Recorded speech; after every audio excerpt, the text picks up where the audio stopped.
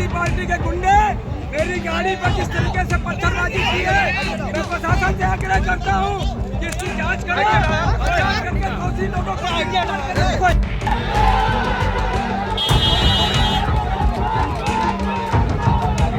कि समाजवादी पार्टी के लोग जो कार्यकर्ता हैं बुर्का पहन करके महिलाओं के भेष में वोट डालने का काम कर रहे हैं। अब अराजकता करने वालों के, गुंडागर्दी करने वालों के, बलात्कारियों के साथ नहीं है।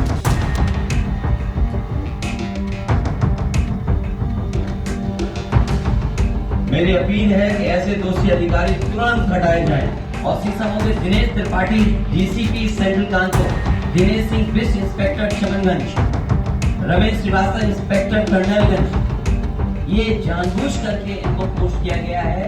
यहाँ से वापस भेजने का राइट नहीं है आपको। अरे हमारा राइट नहीं आई तो चेक करना। यूपी की 9 सीटों पर उपचुनाव के लिए वोटिंग खत्म हो गई है। वोटिंग के दौरान आज कई सीटों पर जमकर हंगामा देखने को मिला। इस मुद्दे पर आज लखनऊ में भी जमकर आरोप प्रत्यारोपों का दौर चला। कानपुर की सीसामऊ विधानसभा से लेकर मुजफ्फरनगर की मीरापुर सीट पर वोटिंग के दौरान हंगामे की तस्वीरें देखने को मिली। मुजफ्फरनगर की मीरापुर, मुरादाबाद की कुंदरकी, कानपुर की सीसामऊ और मैनपुरी की करहल सीट पर मतदान शुरू होने के कुछ देर बाद ही बवाल और हंगामा शुरू हो गया।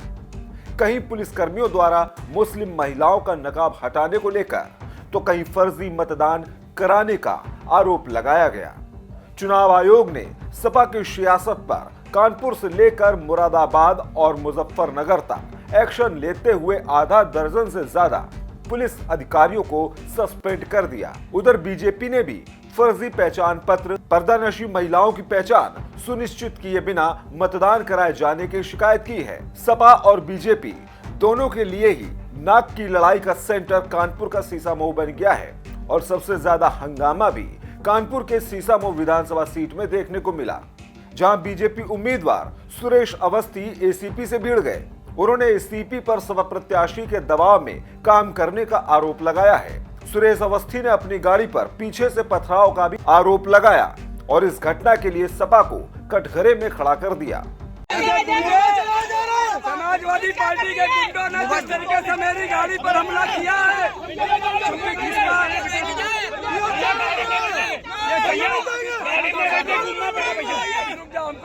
बोलने दो। समाजवादी पार्टी के गुंडे मेरी गाड़ी पर जिस तरीके से पत्थरबाजी की है, मैं प्रशासन से आग्रह करता हूँ कि इसकी जांच करें और जांच करके दोषी लोगों को आप लोग हटिए, सामने से हटिए, सामने से हटिए, गाड़ी के सामने से हटिए, सब हटिए, आपने सामने से, आप सब लोग गाड़ी के सामने से हटिए। आप सब लोगों ने देखा। यूपी के डिप्टी सीएम ब्रजेश पाठक ने आरोप लगाया कि उपचुनाव में सपा के गुंडे धमका रहे हैं, वोटिंग अपने पक्ष में करवाने की कोशिश कर रहे हैं। ब्रजेश पाठक ने क्या कुछ कहा, सुनिए। भारतीय जनता पार्टी इस बात की पक्षधर है। हमने भी निर्वाचन आयोग में कई बार शिकायत किया, कंप्लेंट किया है कि समाजवादी पार्टी के गुंडे माफिया भोले भाले ग्रामीणों को, मतदाताओं को सता रहे हैं, धमका रहे हैं कि अगर उन्होंने सपा को वोट नहीं दिया तो हम गोली मार देंगे। और करहल में इसको उन्होंने दिखा दिया, एक दलित बेटी की हत्या कर दी है। इस पर आप लोगों को भी संज्ञान लेना चाहिए और समाजवादी पार्टी को प्रदेश की जनता इसका मुंहतोड़ जवाब देगी। ये भी कहना है कि जो है आईडी देख के जो है भगाया जा रहा है, ऐसे मुसलमान देखिए, मैंने आपको बताया कि समाजवादी पार्टी के लोग जो कार्यकर्ता हैं बुर्का पहन करके महिलाओं के भेष में वोट डालने का काम कर रहे हैं और चुनाव आयोग में हमने शिकायत की है। इस पर कड़ी कार्रवाई होगी। जो भी संविधान के खिलाफ काम करेगा, निर्वाचन आयोग के नियमों के खिलाफ काम करेगा, हमने निर्वाचन आयोग को दरखास्त दिया, इस पर कड़ी कार्रवाई हो। मुजफ्फरनगर, मुरादाबाद में सपा आरोप लगा रही है कि वहां वोट नहीं दिया जा रहा है, जबकि देखिए, चुनाव में अपनी संभावित हार को देख करके समाजवादी पार्टी केवल फेस सेविंग कर रही है। भारतीय जनता पार्टी प्रचंड बहुमत के साथ इन 9 सीटों पर जीत रही है, ये मैं कहना चाहता हूँ। मदरसों और इसके अलावा मस्जिदों में बाहरी लोग भी हैं, ये हमने निर्वाचन आयोग को शिकायत किया है कि बड़ी संख्या में हुजूम इकट्ठा कर रहे हैं, जबकि निर्वाचन के नियम के मुताबिक आसपास निर्वाचन स्थल के जहां पर मतदान हो रहा है 144 दफ़ा लगी होती है, वहां भीड़ इकट्ठा नहीं हो सकती। ये भीड़ इकट्ठा करके अधिकारियों को दबाव में लेकर के और खासकर बुर्का पहना करके पुरुषों को वोट डालवाने का असफल प्रयास कर रहे हैं। भारतीय जनता पार्टी ने इसकी कंप्लेंट निर्वाचन आयोग से की है।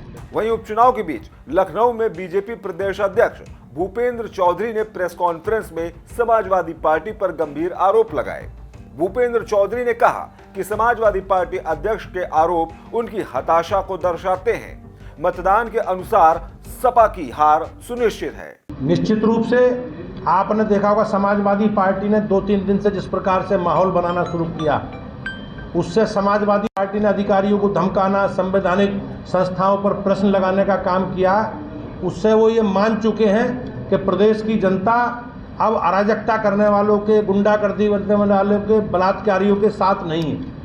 इस देश के वो प्रदेश के सभी 9 विधानसभा के उपचुनाव के मतदाता भाइयों बहनों से अधिकतम मतदान करने की अपील की है और ये लोकतंत्र में हमारे लिए एक अवसर है अपनी बात कहने का, और अब मतदान करना हमारा अधिकार है और सरकार ने उसकी पूरी शांतिपूर्वक व्यवस्था मतदान की लोग करें, सहजता के साथ मतदान करें। हम सब लोग मिलकर इसके लिए प्रयास कर रहे हैं। हालांकि उपचुनाव की वोटिंग के बीच लखनऊ में सपा अध्यक्ष अखिलेश यादव ने प्रेस कॉन्फ्रेंस कर बीजेपी पर बड़े आरोप लगाए। अखिलेश ने कुछ अधिकारियों के नाम भी गिनाए और कहा कि इस चुनाव का परिणाम हमारे पक्ष में ही आएगा, लेकिन कोर्ट गड़बड़ी करने वाले इन अधिकारियों में से किसी को भी छोड़ेगा नहीं। उन्होंने कानूनी कार्रवाई करने की चेतावनी देते हुए क्या कुछ कहा, सुनिए। नहीं, हमारे पास जो नाम आए हैं, कुंदरकी के थाना अध्यक्ष प्रदीप कुमार शेरावत, मेनाडेर की पुलिस थाना अध्यक्ष किरणपाल सिंह, एडीएम मुरादाबाद डीएसओ अजय प्रताप सिंह, और इनका नाम कौन नहीं जानता, कमिश्नर अंजने, कौन नहीं जानता इनका, मीरापुर पुलिस थाना अध्यक्ष अनिल कुमार सिंह। मेरी अपील है कि ऐसे दोषी अधिकारी तुरंत हटाए जाएं। कमिश्नर मुरादाबाद और सीसामऊ के Dinesh Tripathi DCP central Kanpur, Dinesh Singh Bisht inspector Chamanganj, Ramesh Srivastava inspector Colonelganj. ये जानबूझ करके इनको पोस्ट किया गया है कि वोट कैसे रोका जाए। क्या हमें आपको नहीं समझ में आ रहा? सेंट्रल कानपुर, चमनगंज एरिया जहां सबसे ज्यादा वोट समाजवादियों को मिलना है, कर्नलगंज जहां समाजवादियों को वोट मिलना है, मैं अपने वोटरों से अपील करूंगा कि वोट डाल करके जरूर आए और तब तक जाते रहे पोलिंग स्टेशन पे जब तक वोट न डाल रहे। उधर यूपी के मुख्य निर्वाचन अधिकारी नवदीप रेणवा ने कहा कि वोटिंग बूथों पर पुलिसकर्मी वोटर आईडी चेक नहीं करेंगे, मतदान कर्मी ही वोटर आईडी चेक करेंगे। हमारे 5 पुलिसकर्मी सस्पेंड हुए प्रदेश में, 2 कानपुर में, 2 मुजफ्फरनगर, 1 मुरादाबाद, और सभी अधिकारियों को ये निर्देश पुनः दिए गए हैं कि सभी वोटर्स जो वोट देने आएंगे उनकी आईडी चेक होगी और उसके बाद इनको वोट देने दिया जाए, और ये आईडी चेकिंग करने का काम पोलिंग स्टेशन के अंदर मतदान कर्मी करेंगे। और बाहर जो पुलिसकर्मी तैनात हैं शांति व्यवस्था के लिए, सुरक्षा व्यवस्था के लिए, उनके द्वारा चेकिंग आदि नहीं की जाएगी, वो आईडी चेकिंग आदि या उसके आधार पर रोका नहीं जाएगा वोटर्स को। दोबारा सबको बोला गया, और अगर कोई इस तरह के मामले सामने आते हैं और शिकायत आती है, जांच में सही पाई जाती है, तो भी कार्रवाई की जाएगी। और चुनाव आयोग ने इस शिकायत को काफी गंभीरता से लिया। उत्तर प्रदेश में 9 विधानसभा सीटों पर वोटिंग थम गई है। सभी पार्टियों ने अपने अपने उम्मीदवारों के समर्थन में जमकर प्रचार किया। अब लोगों को यह कहते हुए सुना जा सकता है कि जिसे जो करना था किया। अब 23 नवंबर को देखते हैं ऊंट किस करवट बैठता है।